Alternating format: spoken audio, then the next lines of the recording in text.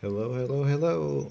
We're back with another episode of NX Office Hours, where we talk about NX and make sure that we have all the correct things here.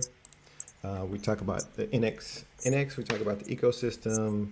We chat with people in the community, and just keep the conversation going.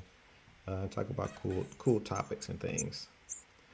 Today, I have a very special guest with me, whose name is Youssef, and we have worked together on some projects here. But Youssef, why don't you go ahead and introduce yourself? Hi there. Thanks, Brandon. My name is Youssef. I currently work for a Fortune 500 financial company. My job pretty much is to build a large scale Angular application used by hundreds of engineers on a daily basis and caters to millions of daily users. That's pretty much what I'm currently doing. And I've been working with Brandon for, I believe, more than a year now, Mm-hmm. helping us put that structure together. Yeah, thanks for coming on to kind of discuss the kind of the things around NX that you've used and kind of put battle tested, of course, in that way. But yeah, this is episode is about specifically about enterprise NX, and we talk about like NX basically at scale in large projects like in practice, and what better way to have you on to kind of talk about some of those things. So you talked about uh, you work at a Fortune 500 company, and can you talk a little bit about the structure? Like you said there are 100 of developers. Yep. Can you just talk about that a little, as Yeah. far as about what you like the teams that you manage or so in the project? Yeah, absolutely. So I currently manage a couple of cross-functional teams on both mobile and web. Mm-hmm. The team's responsibilities are to maintain the application platform and architecture, and to also build shareable libraries for internal and external stakeholders. So here at the enterprise level, it's slightly different than a smaller repository and open source. We have Mm-hmm. hundreds of engineers, but all those engineers are in their different reporting structure, right? So there is a big challenge where you have a monorepo that has a couple of applications, few applications, hundreds of libraries, but maintained by everyone. So it was extremely challenging before NX to Mm-hmm. to get all this done. We did evaluate actually few other tools like Learner, Mm-hmm. but we quickly figured out that Learner really is for small repositories and really catered for one team that is owning the repo, where versus having hundreds of engineers having different repository on the different reporting structure. So it was challenging to find the right tooling, but we're pretty happy and lucky that we talked to our to our partners Mm-hmm. now, Brandon and Zach, and uh, we got us annexed, and it worked really well for us to fix all those problems. Yeah, cool. Like I said, the definitely learned a lot of things about working with Next at that level where like you said, if you're working with maybe like a set of libraries, like you said, in open source things are a little different, just because you have a smaller set of libraries, and they're just libraries at that point. But you're more or less, or with NX in a big monorepo, you're building large applications in that way. So you need something that uh, scales in kind of both directions. Like you said, when you're working with a lot of teams and working with like you said, share components or things within the monorepo, and just to have a lot of coordination and things there. Yeah, absolutely. Now, what we like about NX that is missing from any other tool we have seen so far is affected as an example, right? Like Mm-hmm. when we touch a specific library, so thanks to NX affected, we get to rebuild only the libraries that that are consuming the library we have touched. So in our pipeline in CI/CD, it does not really take that much for the PR, the test for that specific PR to run and to get the PR merged. Also, we use schematics. We use schematics a Mm-hmm. lot. Customs of schematics to generate anything we want from shared components, services, applications. You name it. We also have custom builders to fit our unique need. That we did that pretty easily thanks to NX. Yeah, so yeah, we're definitely gonna dive into those topics a little further. Uh, but like I said, you work on a large large Angular app now. Is in this Was this a migration, or can you talk a little bit about kind of how the project kind of evolved over time? Yeah, If it was originally in a different language, or not different yeah. language, but a different framework, and what prompted the move to Angular? So originally the application was written in AngularJS. Hmm. And as we all know, I believe Angular 2 came out, if I'm not mistaken, 2015, 2016 Yeah, I think time that's about frame. right. Yeah, 2016 time frame, and AngularJS LTS pretty much expired, which puts all enterprises consuming AngularJS at risk. We had to move Hmm. to a new framework away from AngularJS. So the organization I work for is mainly an Angular shop. We did think about maybe using a different framework like React or Vue.js, but this means that we have to go and retrain everybody in a different framework. Yeah. So we decided pretty much to stick with Angular, and we did a migration from AngularJS to Angular, and it took us um, 2 to 3 years of actual work Hmm. to get done. We did evaluate different migration plans, and I think the one that we chose was pretty much just to start at the leaf level, migrate one leaf at a time, and bubble that migration up until the entire application is migrated. Um, it's been pretty challenging, but we got it done. We got it done after a couple of years, and thanks to the right tooling and the right framework. So we have Angular, Angular CLI, NX. We got it done, and I'm pretty happy where we at right now. Especially that Hmm. the application has millions of users. It is scalable. There are hundreds of engineers that contribute to it on a daily basis. We merge, I believe, over 40 PRs on a daily basis as Hmm. well. So it's very excited to where we at right now. Yeah, that is very very interesting. Like I said, you mentioned migrating from AngularJS to Angular, and kind of that incremental process that you have to had to go about to move a large AngularJS app to Angular, because it's not you can't just, sometimes you have the choice of maybe doing a big bang rewrite, but then you're not necessarily adding features or value to the application while you're doing that, and you chose a more, like I said, more incremental approach, which allows you to still ship the application to production with new features while you're in the process of migrating, which is, like I say, in a challenge in itself. So yeah, definitely like I said, a challenging process there. But the I think the tooling that NX provides helps a lot with that, because you're allowed, or you can have those two, or however your Angular JS apps kind of live in the same place, and be able to have them closer together. So while you're migrating them, you're not necessarily having to switch between multiple repos, and you still have your tooling all in one place.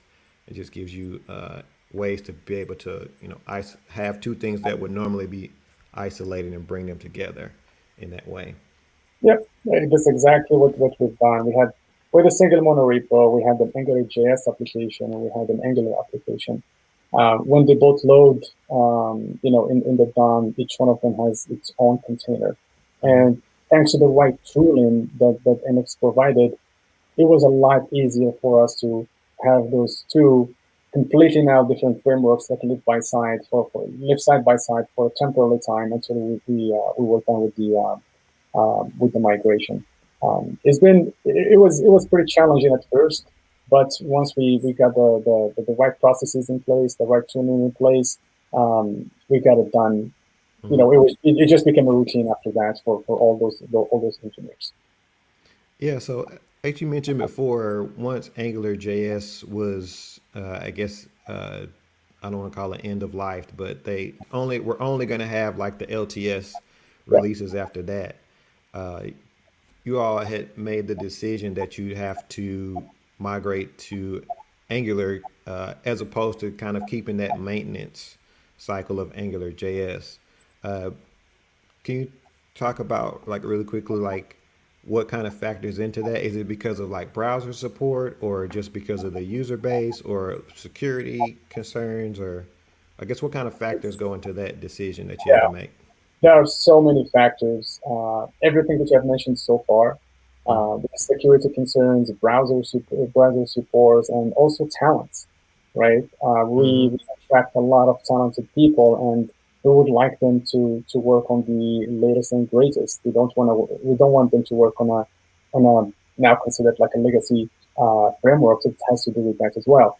And also, we would like them to we would like to have an organization that uses the latest technologies, Mm-hmm. uses the latest tooling, so we can have a solid application that can easily maintain.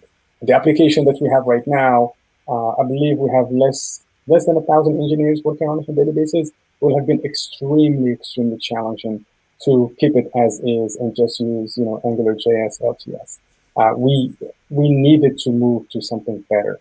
And Angular was the answer for us. And the reason why we chose Angular 2 at the time in 2016, 2017, um, it offered really good tooling for enterprises where you Mm-hmm. don't have to think about what tools to use for unit testing, for RESTful APIs, for all of that. Especially in the world of JavaScript, where Right. if you go to GitHub as an example, you have different tooling for anything like render, like for a view engine. If just look in GitHub how many view engines are there in JavaScript, there's tons Mm-hmm. of. Evaluating which one is the right one for you can be really challenging. So we did not want to spend time in that research, digging in and searching what to use for unit testing, what to use E2E, what to use for linting, what to use for as a monorepo for orchestrator, for and all of that. So with NX and Angular, they pretty much give us all the answers we needed right away. So like this, we can focus on building the products and Mm-hmm. building features rather than transforming the entire organization into an R&D focused at evaluating which tooling is good, especially when Mm-hmm. it comes to JavaScript work. So we did not want to fall into that rabbit hole. So that was one of the decisions, one of the factors why we wanted to migrate to Angular. Yeah, definitely. And you also talked about you evaluated using Lerna versus I guess because there are a few options that you could have gone down. There's the Lerna path where you're kind of setting up scripts manually, and each one of those has its own kind of package dependencies, and then you have NX, and then you could or I guess just the vanilla Angular CLI approach. What kind of I guess what things helped you choose NX as far as the features that it offered just for like a project of that scale? We did use Lerna for a lot of our internal projects, Hmm. prior to NX. But with Lerna, it's really optimized for a small project that consists of maybe like a handful of packages built by a single team, Hmm. using similar tools. But it's mainly like missing things like schematics, affected code, custom build, incremental builds, caching cannot scale with hundreds of projects. And X, on the other hand, was optimized for an organization that consists of hundreds of different types of packages, right? Hmm. Uh, Many of them are applications built by multiple independent teams using different tools. So we do have a lot of experience with Lerna, and when we first started looking at NX, we quickly realized it's the right fit for enterprises. So this is our mentality now at the enterprise level. We Mm-hmm. always go to NX if it's a big project. But if it's something small that is owned by only one team, we might choose maybe Lerna. But for bigger things, it's definitely NX. Yeah, definitely works for large project or medium to large projects, and you definitely benefit from some of that tooling, like I said, in smaller projects there.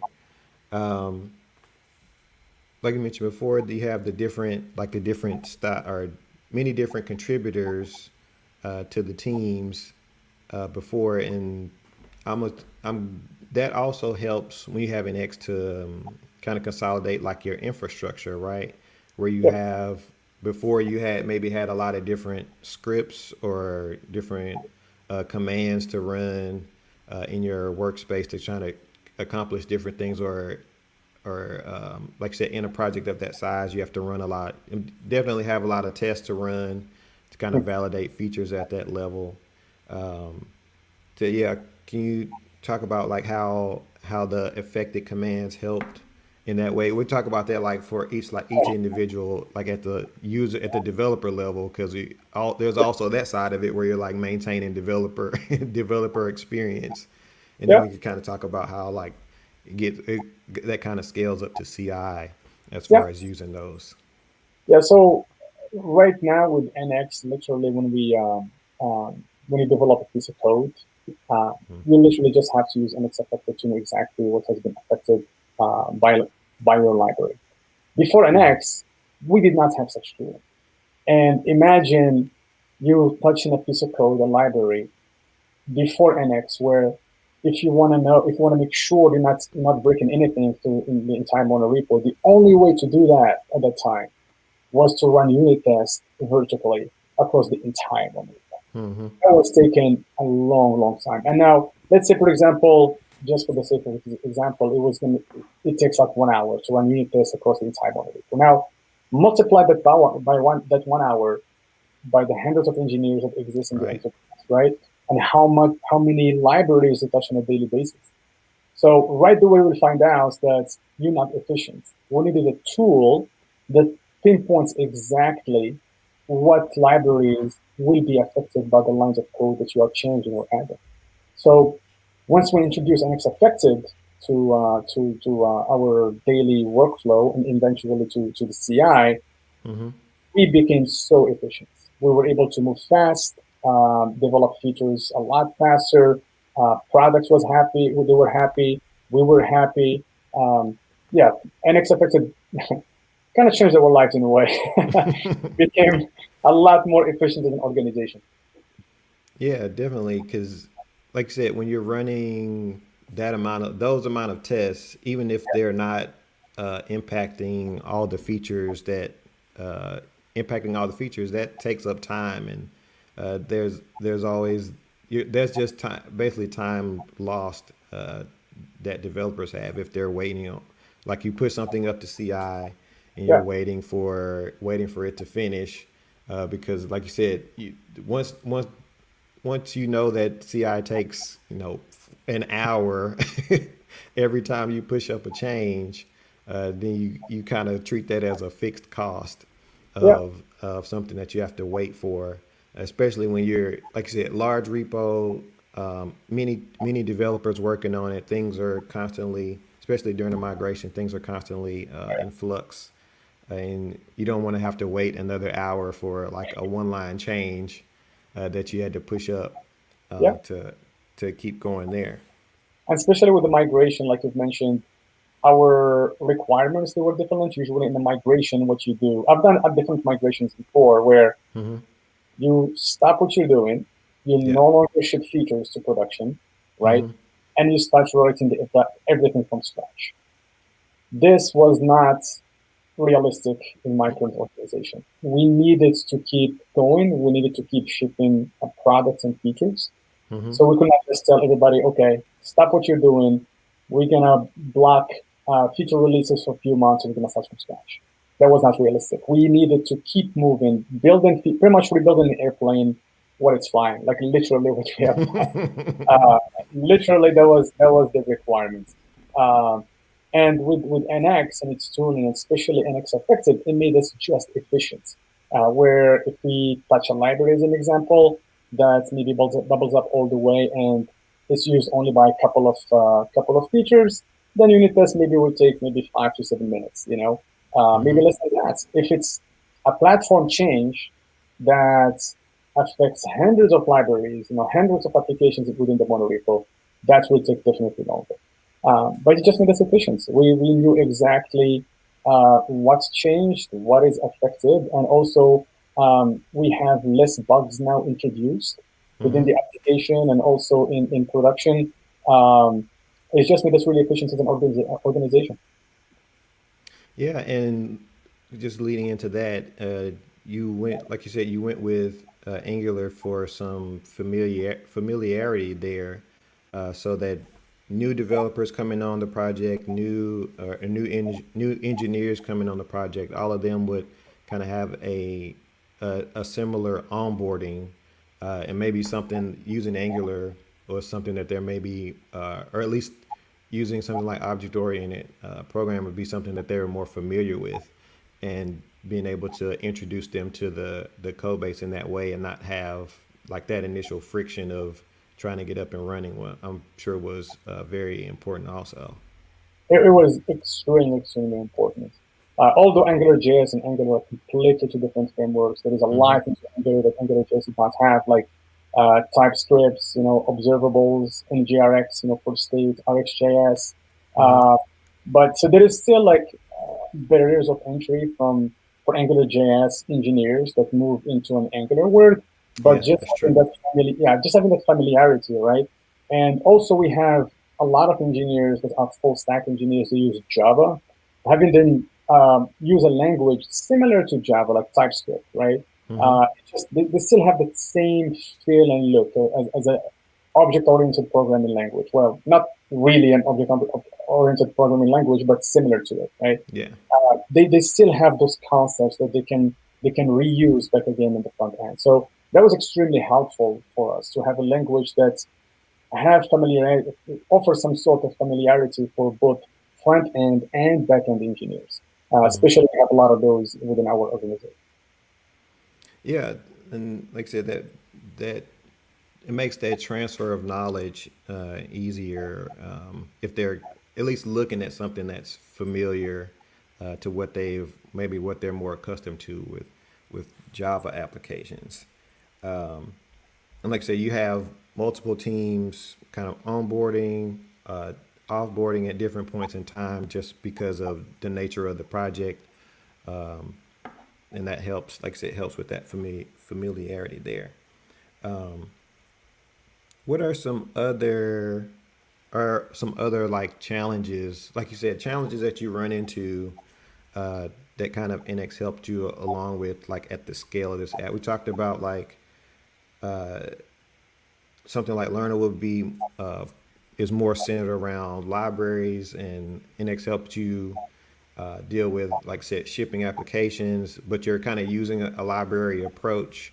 Are you Are all the kind of libraries within the project just internal, or are you sharing those?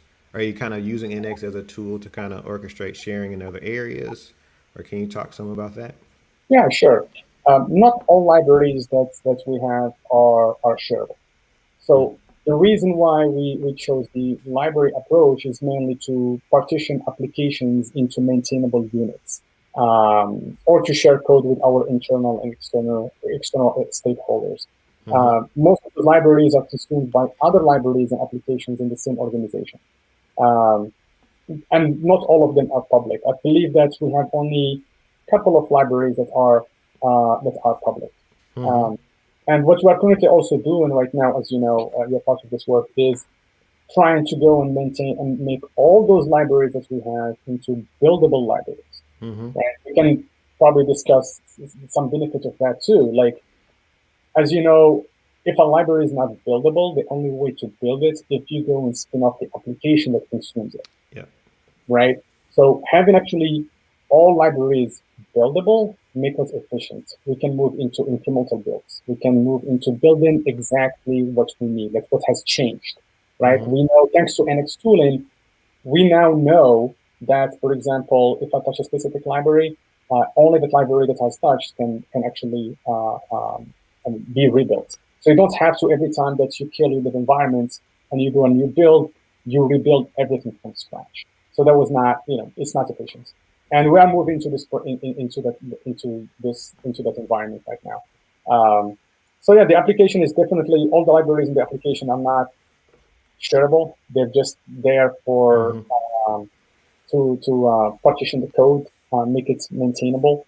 Um, and we have only a couple of libraries that are shareable right now. That's all. Yeah, I would definitely agree that the library approach from NX helps you, like I said, to partition your makes your the core of your application, the thing that the runnable thing that you're shipping, a lot smaller and a lot less in scope if having all those things broken down, like I said, into smaller libraries, like I said, mentioned on the project. And like I said, in addition to that, making those libraries smaller and separating them out. Like I said, everything kind of plays together with effective commands to help make sure that you can, if you're only making a change that impacts a small slice of the app, then that every like all those like small decisions kind of build up over time to where it helps, like I said, as you're scaling up to lots of developers, to where you're only running these certain set of tests, you're only building this certain part of the app. And like I said, we're working towards incremental builds to try to make that, or to make that even faster, to where, like I said, we're taking advantage of like the infrastructure that's already there in Yep. order to be able to only build certain parts of the app. So if everything is built already and we have the other things in cache, then we could just pull those things from the cache and just build the parts that we need, and that can shorten the build times for the application itself. Yep. As you know, we did not even start like this. We just started all our libraries. They were not buildable, Mm-hmm. right? Because I think if you start small, it's okay starting with libraries that are not buildable. Have only the application that is buildable. Mm-hmm. But as you keep scaling up, as you add more and more libraries, right, it comes a point where you must move into buildable libraries and incremental builds because Mm-hmm. you have to stay more efficient. I believe we have 600 to I think about 600 libraries right now Yeah. in monorepo, as you know. So we until like before that, none of those libraries were buildable, right? But once we Mm-hmm. reached the threshold, we figured out that okay, maybe it's time now to implement that. And also with buildable libs, the beautiful thing about it is that it's a good path to clean up the repo, right? As you know, once we start doing this, we found out about a lot of circular dependencies that we've not really not catch before and things like that. With buildable libs, it really keeps you honest Mm-hmm. about what you have, and it gives you more visibility about the current state of your application. But like I mentioned before, we did not have to do that when we started small. But once Yeah. things got big, we definitely had to move into buildable libs and incremental builds. Yeah, yeah. Well, like I said, we run into that firsthand, because there's definitely a difference when you're running the application as far as just like one individual unit and everything is built from source, and Yeah, then you kind of fracture that up and break it into 600 pieces, yeah, and treat into each one of those libraries as like an actual individual unit that you have to build separately. Because I think the rules are a little different when you're having to build the individual libraries first, and kind of like you said, work your way. It's kind of a migration in itself, yeah. in that you went going from one large application that's just built uh, into having to build a bunch of different smaller pieces and kind of build up to that larger app. But libraries themselves just have kind of a different set of rules in order to build them. Like some things have to be, exported publicly that you wouldn't necessarily have to do when you're building everything as a single unit, or like I said, circular dependencies play more of a factor in there. So it definitely makes things a little more challenging. But once you, like I said, once you hit that threshold and you get those benefits of even like better build times and CI times because you're working with the NX Cache at at the local level or NX Cloud at the CI level, Yep. it definitely gives more value there. Yeah, I could talk about like some of the other challenges that we've run into just working together, and Yeah. we can talk about that. But uh, some of the other things, like I said, once you get to a project of of that scale, is like validations or having to deal with like merge conflicts, like when you're like, so you have hundreds of engineers working on a single project and everybody's adding new projects and libraries. uh, those are definitely some of the challenges that we ran into as far as like coordinating changes, making sure that there aren't as many merge conflicts, but you also want to make sure that, like you said, your configuration stays in a healthy state. So that when new developers are adding things, that that, like you said, they're not hung up in CI. And I think can think of one example specifically where, like I said, the just the configuration. Like we'll take the Angular JSON for example. Yeah. That's one of those things to where if you're just adding libraries and teams are continually adding libraries, and then you have to make a change to that library, it happens in kind of two parts to where it changing that um, changing the Angular JSON file or a workspace JSON if you're just in an NX workspace, affects everything, of course.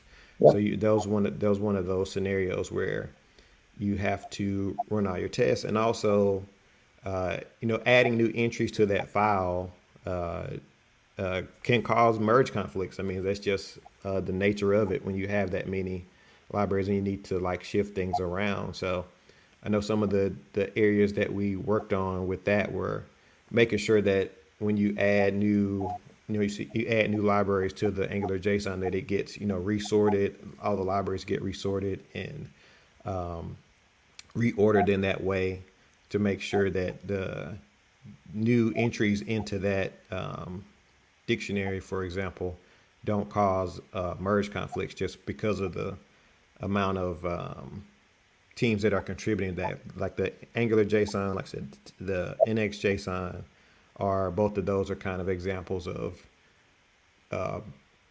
things that you wouldn't necessarily run into in a smaller app because you don't have that many people contributing to changing those files over time. But as the application grows, then you're just going to have more churn, I would say, in managing those files. Yep. That's where you start building a lot of pre-commit hooks, right, to validate a lot of that configuration. That's what we currently have. We have healthy pre-commit hooks. We don't, maybe like a dozen of them, that make sure the code is linked correctly. From we use Prettify, for LinkedIn as well. We linked all the configs, like you mentioned, Angular JSON, TS configs, to make sure it's a must, especially when you work with hundreds of engineers on a daily basis and you have a lot of PRs, like hundreds of PRs open on a daily basis, to make sure that there will be no crazy merge conflicts. Everything must be sorted accordingly. Everything must be crisp from a configuration perspective, to Yeah. to keep the monorepo healthy. If you don't do that, then you quickly find out that issues will start popping up left and right. And NX pretty much solved all those problems for us. It was a unique experience to work with a team that is building the tool that you need to get the job done, and to constantly offer that feedback and get it implemented right away. And it was such a unique experience to do that. And NX now has matured. It's a solid monorepo enterprise orchestrator that really offers all the tooling that we need. Yeah, I think that like I said, it's definitely been an ongoing like relationship just over the life of the project, and features that have um, kind of features that have been like pushed to their boundaries just from having it work at a, like I said, an enterprise Yeah. project and things of like how can we, some of the things like how can we speed up linting, or how can we make sure that you say, like I said, the configuration files stay healthy? How can we maintain consistency across for teams across features? And like I said, just to talk about some of those, I know that, like I said, you mentioned schematics. We use schematics pretty heavily, Oh yeah. and also there, are, like I said, with NX, these things just kind of come out of the box, but custom schematics where you can just build your own that are like specific to your organization, that allow you to customize output of how features are structured, how maybe additional things that you want to set up like end-to-end testing. If you have certain tests that you only want to run when it's time for a release, those type of things are just built into the tooling that you can take advantage of with Yeah. schematics and builders from NX. And there's, like I said, there's, like I said, there's like the core of NX that we're using, and then the like the additional tooling that is like custom to your organization, to where you have, like I said, the validations and schematics, and another thing I could think of is like lint rules. Those are things that, some of those things you get out of the box with just you can just use packages that are already out there, for packages like RxJS or Angular for just best practices things.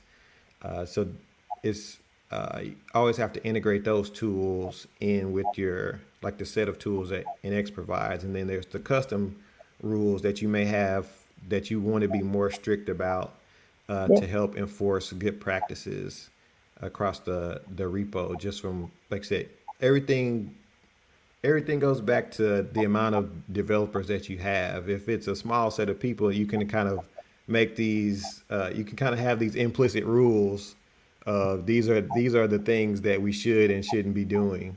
But as that, like I said, as the number of engineers on the project grows, then you have to have those, you still have to have those rules in place, but there definitely has to be more automation around those rules, so that Yeah. developers contributing they won't like accidentally commit something to the code base that you wouldn't Yeah. want to be there. Yeah. If you don't do that, you will soon find yourself with another migration.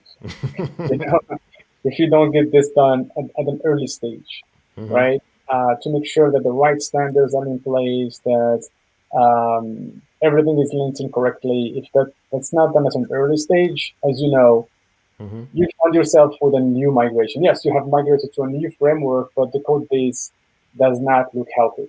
You Yeah. have to, now start doing some cleanup. But we were lucky that we put this on an early stage in our migration plan, and we have a nice process in place where everything is linked correctly. Code and practices are automated, right? We have pre-commit hooks, and yeah, so it's very important to do it in early stage. Yeah, definitely so. I'm trying to think. If there, I know we have a few people in the chat here. If you have questions, feel free to ask those, and we will get to them if we can, or have them on for another office hours session here in the future. So yeah, we talked about the Have them. projects, the amount of projects. We kind of talked about CI integration. You're also taking advantage of like NX Cloud in this project, which helps in turn also helps in the like in the CI pipeline. Yeah. Can you talk about like I know how it has helped cut times in half, but can you speak to just how NX Cloud has kind of integrated in with the workflow that you have as far as just the infrastructure goes? Yeah, we have another team in our organization that pretty much maintains our pipeline, Mm-hmm. and they are in process right now of implementing distributed NX caching. But to get there, as you know, we must finish the buildable libs, incremental builds first, right, before we Mm-hmm. get to a specific level. So we were lucky in our organization that we have the right support Yeah. for this work. So that's why we split it into two parts, where list of the buildable libs first, incremental builds, and then the distributed NX caching is assigned to another team. So right now, I cannot necessarily give all the details about Mm-hmm. where we at with the distributed index caching because we're still planning to get there once we finish the incremental builds. Yep. Yep. Definitely a good thing to take advantage of. Like I said, Yep, when you have the incremental builds or the buildable libraries, that works good at like at the local level, of course, because you get that for with NX locally. yep, But just like I said, trying to scale that up to across the like the entire organization, like I said, is a different challenge and thing that you have to work through.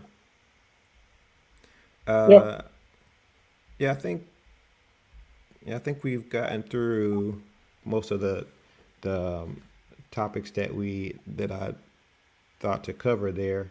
I'm trying to One think more, of. yeah, Oh, go one more ahead. item I would like to discuss about NX that I Yeah. really love is, as I mentioned, we publish a couple of libraries, right? Mm-hmm.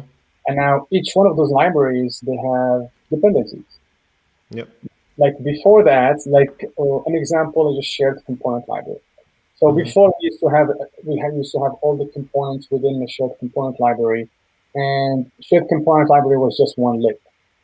So that Right. was a challenge. Like if you touched a button, literally you have to rebuild everything in the Mm-hmm. entire repo because the way how NX affected works, it looked at just at the library level. So we had to partition those components and break them down, have each component into its own library.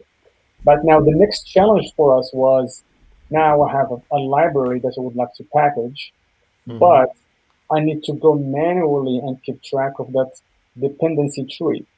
But Yep. with NX, we no longer have to do that, right? With NX, Mm-hmm. I can say, okay, NX build me this specific shared component library, and there's just an argument you add to it, which is like with dependencies, that's with the EPS, and that's it, you're done. NX knows exactly,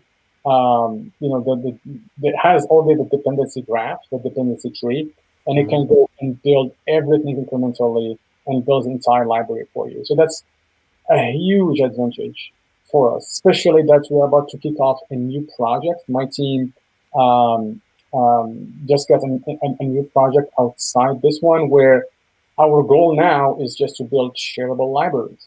Mm-hmm. And we're going to have tons of those dependencies, especially that it's a unique case where we will be building shared libraries in different frameworks, right? You have Yep. Angular, you have React, you have web components, you have vanilla JavaScript, vanilla TypeScript. But with NX, you can put all of those libraries under one single monorepo because NX it understands Angular, understands React, it understands JavaScript, it understands TypeScript, and it can Mm-hmm. actually tell the dependencies with each. You can build the libraries, it can publish them for you. It's a one-stop shop for everything you need as an organization, as a team that its entire responsibilities are mainly to build libraries now for horizontally for all of Mm-hmm. not just my organization but literally the entire company. So that's another That's another. Yeah.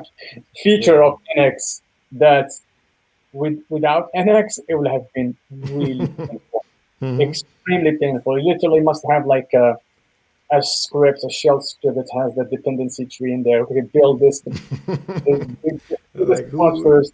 who wants to maintain that? Yeah. It was we did this a while back, and I think we have a list of 45 components, and they depend on each other, right? Like for example, Mm-hmm. if you think of it from an atomic perspective, like you have buttons used everywhere, so a button needs to be built first. It cannot be built last. Uh, but we no longer have to do that. And going back to being efficient, like I mentioned earlier in our discussion, NX has enabled us.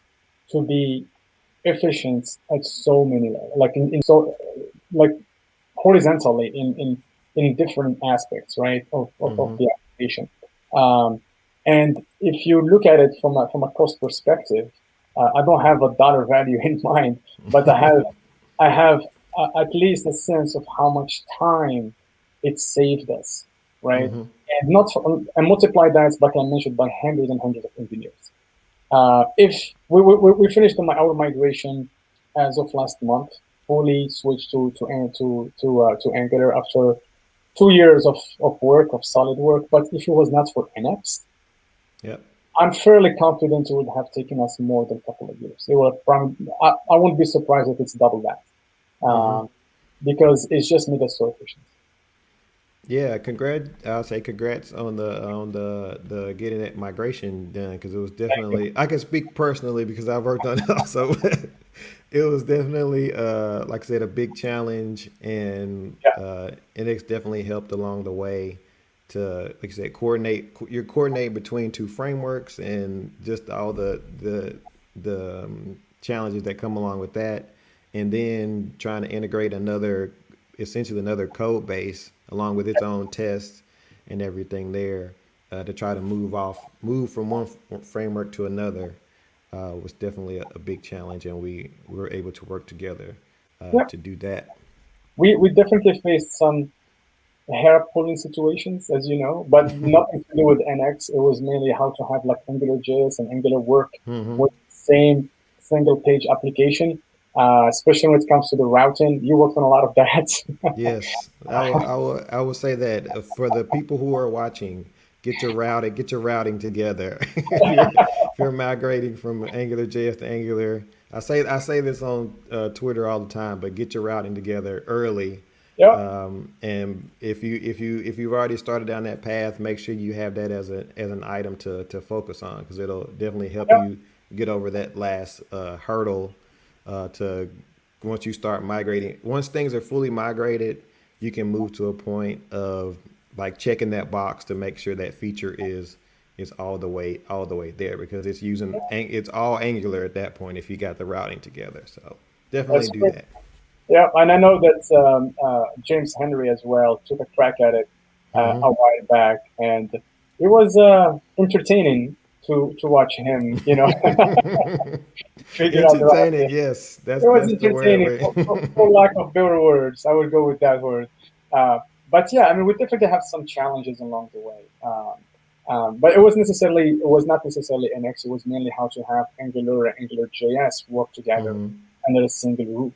And there are some challenges there, like state, how to maintain the state when things change, right? Yep. Uh, how to build a bridge, how to have like a framework bridge between AngularJS and Angular, so both applications, both frameworks can talk to each other, so they will not override each other's states. The Hmm. route, as an example, there were definitely some unique challenges that we face in our journey to migrate from AngularJS to Angular. But along the way, we have learned a lot, Hmm. and I'm happy to say that after a couple of years of solid work, of really hard work, that the result speaks for itself. Now we have a big monorepo with hundreds of packages, applications, well maintained, well linted, well configured, well documented, Yep. scales really, really well, performance, and we are about to upgrade to Angular 11, as you know, Brandon, and I know you did the most of that work Hmm. with Mike Rocky as well. Like we're about to get Angular 11 out of the door really soon by the end of this month, and we could not have done that like without having Linux on board as the right tool. Yeah. Yeah, definitely so. I think on that, I think that's a good stopping place right there. I think we've got all the NX plugs in and definitely the use case at the enterprise level. So definitely people can kind of get some insight into how NX is used at scale. We don't just say it, but we also actually do it too. And we've proven that out. But in this, like I said, this project has added some has battle tested NX, and we've taken that feedback taken that feedback and made NX better as a result of working on the project. So yeah, I think with that, I'll go ahead and get some additional plugs in here.